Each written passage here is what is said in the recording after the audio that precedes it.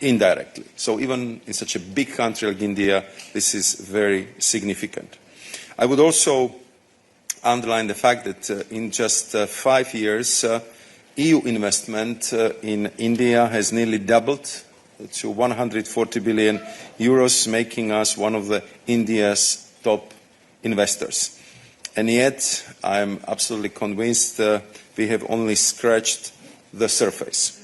A commercially meaningful EU-India free trade agreement would unlock vast potential, and by tackling both tariff and non-tariff barriers, we can drive new waves of trade and investment.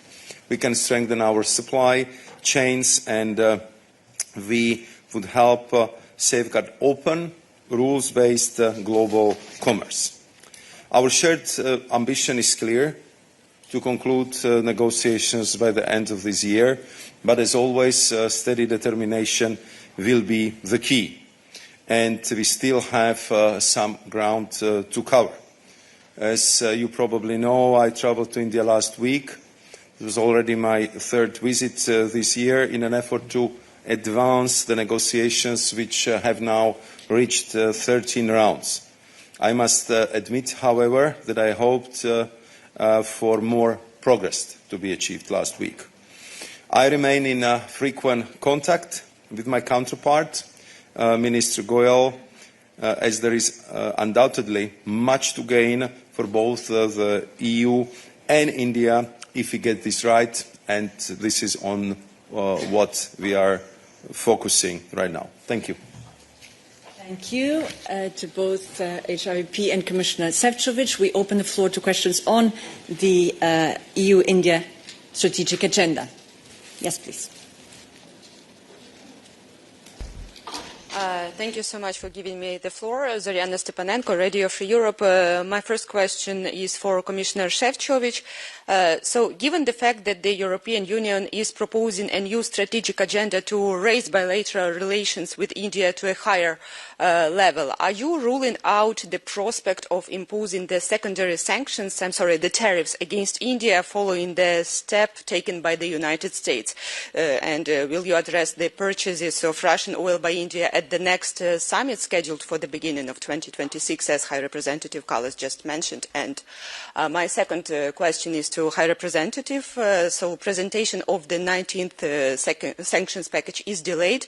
Could you brief us how the coordination with the United States is going regarding this sanctions package and sanctions policy in general? And for now, plenty of the EU diplomats are voicing the concerns that the United States President, demanding from the EU to make the sanctions tougher, actually is looking for the pretext to postpone his own sanctions. Do you share this feeling, and how optimistic are you when it comes to reaching the deal on sanctions with the US leadership? Thank you. The second goes beyond the topic, so I'll leave it to HRVP to see if she wants to address it now already. Okay, so I'll start with the first part of the question. I think that you've been following the developments in the European very closely. So you know that if it comes to the imposing the sanctions and to fulfilling them, that I would say we are the most responsible international actor on this planet. I don't think that any other economy did more in that regard than the European Union, and I'm sure that HRVP would address this question. And concerning the Russian oil and gas, we have very clear plans how we are phasing out both oil and gas, and we even accelerated the pace how this should happen. And we have also very strong measures adopted against circumvention on our sanctions. So I think this is quite well known, and this will be the toolbox we will be using in this regard. We are, of course, coordinating very closely with the United States, but also with other G7 partners, because we believe that if G7 acts in the same manner, of course, the impact it's much stronger. And it was, I think, actually only last week where the EU special envoy for sanctions, David O'Sullivan, was in the US. They had an in-depth discussion on all aspects of this question, And as far as I know, this is the topic which is also discussed between the United States and India, because when I was leaving India, I understand that US top trade negotiator was just arriving to the New Delhi. So I believe that this is also the issue which they are discussing among themselves. Yes, HRVP. Yes, thank you. So partly already the answer was there, but the 19 package, we are working on this and closely coordinating also with the Americans. Of course, in the end, we are responsible for our decisions and we have a very straight and understandable course. We need to be stronger on sanctions and move forward, and of course we are trying to work together with our US partners to do the same. Thank you. Yes, please. Good afternoon, Cornvels for Politico. I was wondering, is this the right moment to have a strategic agenda with India when indeed they are joining Russian military exercises and are increasingly buying more oil despite EU sanctions on infrastructure in India? How do you hope to, let's say, move forward from this particular moment that India is actually forging closer ties with Russia in this particular time? Thank you. Yes, thank you. This was the discussion also we had in the college, to be very clear that we are having clear areas of disagreement with India regarding these issues. Yesterday, I had also a call with the External Affairs Minister of India regarding these issues. Participating in military exercises, purchase of oil, all these are obstacles to our cooperation when it comes to deepening the ties. And if you read the communication, it also addresses these points. So it is, of course, we are living in this very turbulent times and we need to build partnerships and the question is always whether we leave this void to be filled by somebody else or we try to fill it ourselves. So deepening the ties also with India in order to really not push them to the Russia's corner was the agreement by the college. Good. Yes, Joachim. Hi, Joachim Clementi, Estonian Public Broadcasting. I think I have a rare opportunity of translation, so I'll do it in Estonian. Mis me siis teeme, kui India lihtsalt ütleb... Okay. Seconds. One of the languages still. Mis me siis teeme, kui India lihtsalt ütleb, et aga see ei ole meie mure, et me ostame Vene toornaftat ja seda rafineerime, et me käime Venemaa õppustel. Kas siis on ka variant, et me jätame selle vabakaubandusleppe sõlmimise lihtsalt katki või me saame ka kuidagi nii teha, et ühe käega teeme vabakaubandust ja teise käega laome osadele India ettevõtetele mingisuguseid sanktsioone peale? Mis me siis teeme, kui India ütleb, et aga meid ei huvita? Ja, aitäh küsimuse eest ja võimaluse eest vastata siin eesti keeles, nii et te kõik kuulete meie ilusat keelt ka. Aga tõepoolest, need arutelud olid ja jäi just see kokkulepe, et meil peab alati olema võimalus astuda sammuke tagasi sellest ja olla ka väga selged, kui me räägime oma India siis osapooltega, et need on need takistused, mis meie koostööl ees on.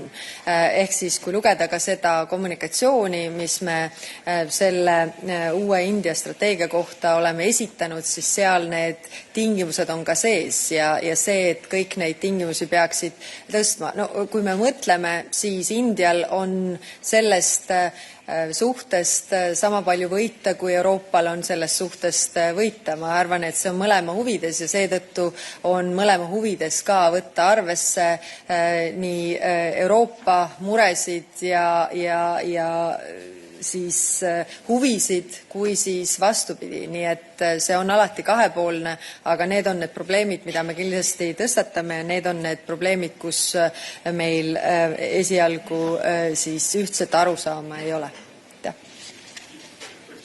Yeah, Joachim, may I have a follow-up?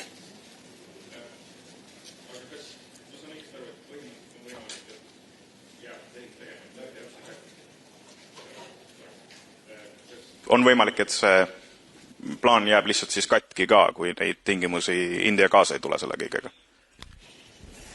Läbirääkimised on alati läbirääkimised ja kuniks ei ole kokkulepet kõigis tingimustes, ei ole kogu kokkulepet. Nii et see on alati ka meie meeskonna, läbirääkimiste meeskonna suur ülesanne kõiki neid asju arvesse võtta. Nii et jah, seni kuni ei ole kõikides tingimustes kokku lepitud, siis seni kokkulepet ei ole, aga see huvi nendes tingimustes kokkuleppele jõuda on mõlemal poolel olemas, kui me võtame arvesse nii huvisid, muresid, kui siis neid probleeme, mis meie suhtes on. Yeah. Thank you, David. David. Yes, thank you. David Carretta, Radio Radicale, Italian radio. To be clear on this point, do you think that if India, at the end of the year, beginning of next year, will still buy Russian oil and have a closer relationship with Vladimir Putin, the Commission should conclude, so give its agreement to the free trade agreement that you are negotiating, and you should conclude at the end of the year at the best. Thank you. It's the same question as before. And I don't know if you want to add anything, HRVP. I think the discussions we also had was whether it's possible to completely decouple India from Russia, considering their history as well. I don't think we have illusions regarding this. The problems we have between ourselves in the relationship are very clear, and we are trying to address them in the negotiations as we speak. So if everything is not agreed, then nothing is agreed in the end, whether we reach the agreement. Thank you. Yes, here please. Yeah, so Chris Powers from Euractiv, also a question for the HRVP. So you mentioned that you spoke with your Indian counterpart, among other things, about the Zapad exercise. I was wondering if you could tell us anything more about their take on this, why they did it. This particular exercise, it's not any ordinary one, it's one that's directly targeted against EU countries in the Eastern Flank, including, if I'm not mistaken, your country. What's their take on this? Why did they participate? Well, I'm not communicating on behalf of India, so you can ask them the arguments on that side. We will meet in person as well, because this is a great concern for our countries. I mean, if you want closer ties with us, then why participate in exercises that are existential threat to us? So to be very clear in this message is that we are not taking this lightly, but I will not, just reflect on our conversations and be communicating on their behalf. Thank you.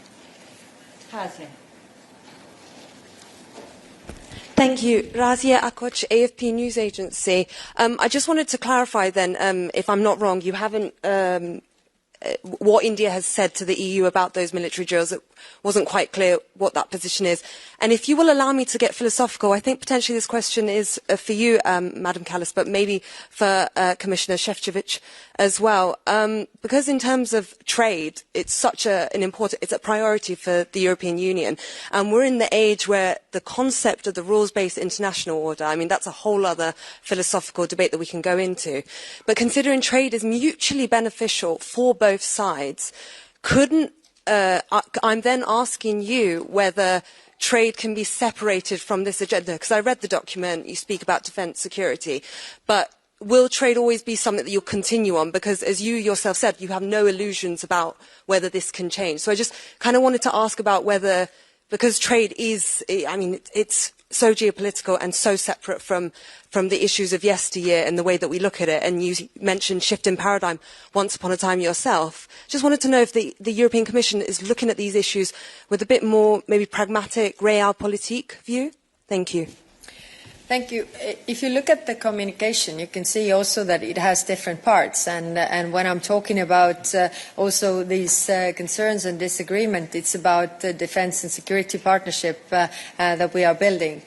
So the trade relations, of course, we also need it's mutually beneficial, and the trade people are working on that. But our teams are addressing also the concerns we have in other files, because it definitely impacts our relationship. So clearly we are in this world, like you say, that world order is changing. It is in our interest to defend the international rules-based order, and it's also in the interest of India to defend this.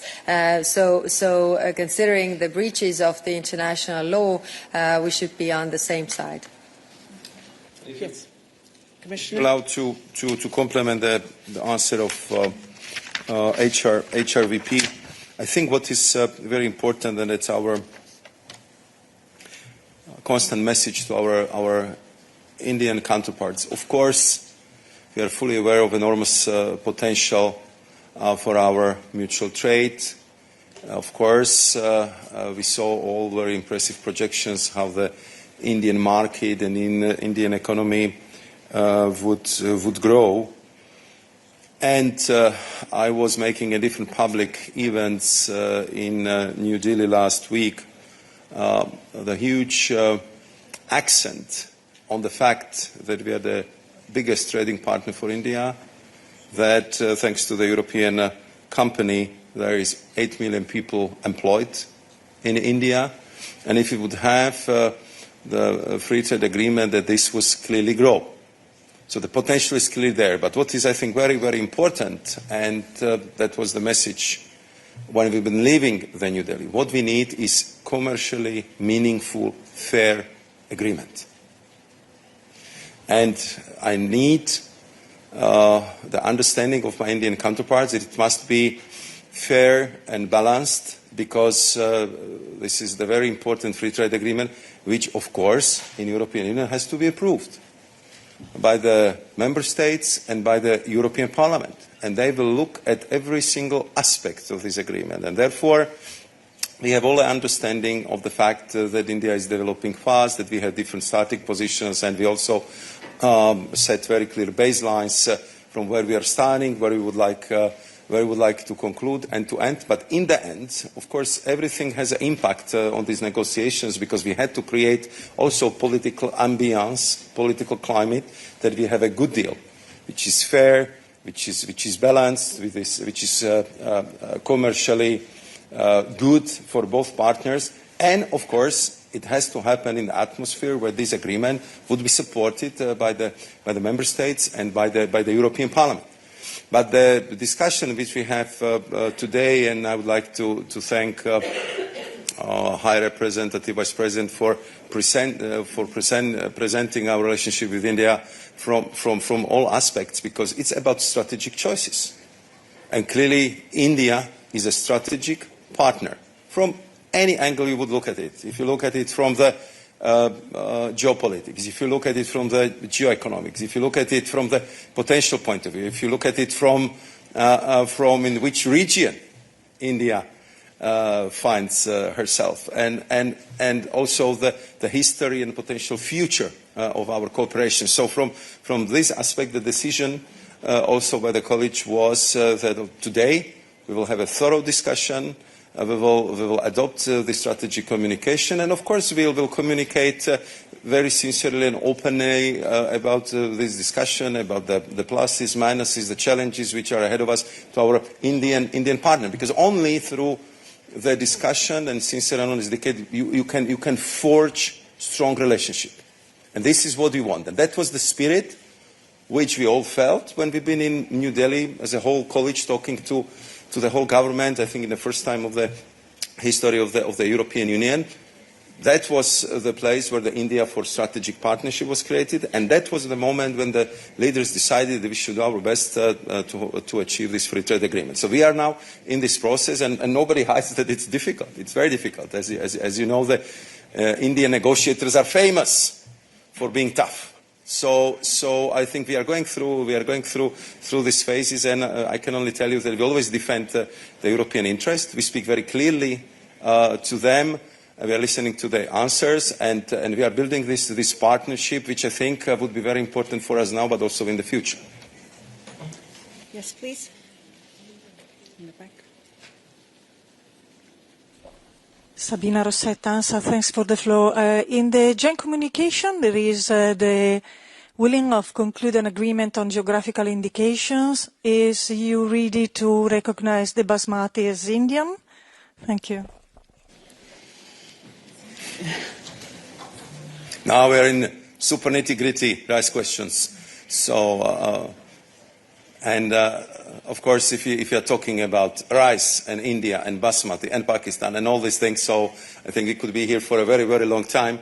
What I would like to say is that this is, of course, one of the issues which is on the list, which was discussed, which will be discussed. I was very happy that my good colleague, Commissioner for Agriculture, Mr. Hansen, was there with me. So we can really have very frank and open exchange on all categories of the agricultural products. But I would prefer to inform about the results once this chapter is closed, and it hasn't happened yet. So there is still work to be done. And once it's done, I'll be very happy to come here with Christoph and inform you about the positive outcome.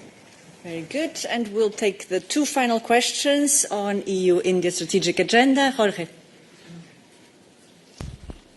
Hello, Jorge Liboreiro with Euronews. We spoke a lot about Russia, but there's another big important country with which India maintains very close relations, and that is China. How do you position this closer partnership between EU and India in respect to China? How do you see this playing out in this geopolitical chessboard? Thank you. Thank you. Very good question. I think this is part of the bigger picture. This is clear when we look all around the world. Then, if we are not building those partnerships, then this void is filled by China and other actors. And if we look at the geopolitical power, really, we need to have those partnerships, and that's why we are moving also forward to find additional partners to counterweight the economic might that comes from China, or the problems that we have with China regarding economic coercion, regarding unfair trading practices, and therefore our answer is to build a relationship with other countries, including the biggest democracy, India, the large and growing economy like India is. Thank you. And we take a final question. I see a hand there. Thanks very much. High Rep, this is for you. I'm sorry, maybe I didn't understand. Are you saying it is a condition of the EU for India to stop purchasing Russian oil for this strategic cooperation to go through? And secondly, if we could get clarity on, is the EU planning to impose tariffs, as reportedly Washington wants, up to 100% on India? And for the Trade Commissioner, could we get some sort of an understanding and update on how's the conversation going on agriculture tariffs? Is the EU being a bit more considerate, as the Indian diplomats would put it, towards their concerns in the agriculture sector? Are they listening to your concerns when it comes to auto industry and other areas? Thank you. Thank you. So what I was saying is that we have clear areas of disagreement that we need to address with India, which is also, when you read the communication, the problems that we have, the proposals also that we have on the table. So the relationship has to be mutually beneficial, which means that, it has carrots as well as sticks, if you put it this way, that the concerns we have and the benefits that could derive for both parties from these relationships, if the worries and interests are taken into account. Thank you. And Commissioner. And on your second part of the question, I think that from the beginning we've been very clear we are ready to be considered. I mean, that was one of the, I would say, first decisions which have been taken, that there will be certain difference about the percentages of the number of tariff lines where we are going to reduce our tariffs. For me, this is not mathematical issue as it is presented by some colleagues who are taking part in this discussion, because what I would put the accent on is that what we are putting on the table has to be commercially meaningful.